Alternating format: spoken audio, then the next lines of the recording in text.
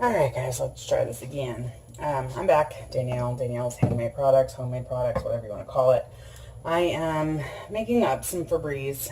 Don't mind my bottle. It's looking kind of cruddy. This will be the last time I use it. I try to reuse it until the bottles get a little yucky. I haven't yet figured out how in the world to get in there and clean them with the itty bitty hole that's at the top. So this will be the last time I use this one, and then it'll go in the trash. So I'm making some of my own DIY Fabreeze, I guess, for lack of a better word. Okay, so in it I'm using fabric softener, and this is what I happen to have on hand, so this is what I'm using. I'm using a little bit of alcohol, rubbing alcohol, just whatever you can get over the counter is fine. Baking soda, and then water. You also need something to measure your stuff out with, and a bottle to put it in. And I'm using a funnel just to try to make my life a little bit easier so that I don't make as much of a mess. Though I doubt I'll avoid that completely. So I've got baking soda here in this container. Can't remember if I said you needed that or not. So if I didn't, sorry about that, but you will need baking soda.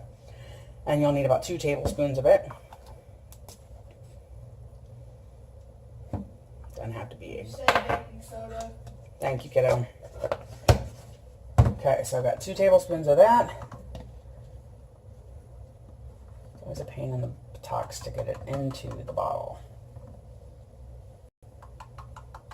Okay, then you'll need, this is my fabric softener, I already measured it out. You'll need 1/8 of a cup or 2 tablespoons, or an ounce if you prefer it that way. However way you want to look at it, you'll need about 2 tablespoons. You can use more if you want the scent to be more. You can use less if you don't want as much of a scent. I find that it tends to be plenty scent, at least with this all, because it tends to be pretty good scent to begin with. Now normally I wasn't adding alcohol to mine. I would just then top this off with warm water, shake it up, and spray away. But I've been finding that it's taking a little bit longer to dry than I care for, especially in the colder months when, you know, it was a little colder. And I don't have patience for it. So I'm going to add 2 tablespoons of rubbing alcohol. If you wanted to add a little bit of vinegar, I've done that too. Actually, I think I might go ahead and do that as well. My vinegar is right here in my little hidden alcove, where most people in the apartment complex, if they have one, their dishwasher would be. Now, thing is, baking soda and vinegar. We know how that reacts together, so heads up.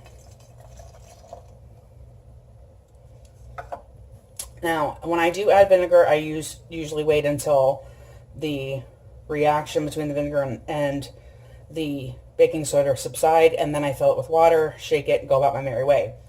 I have found if I do not add vinegar, that my bottle tends to separate.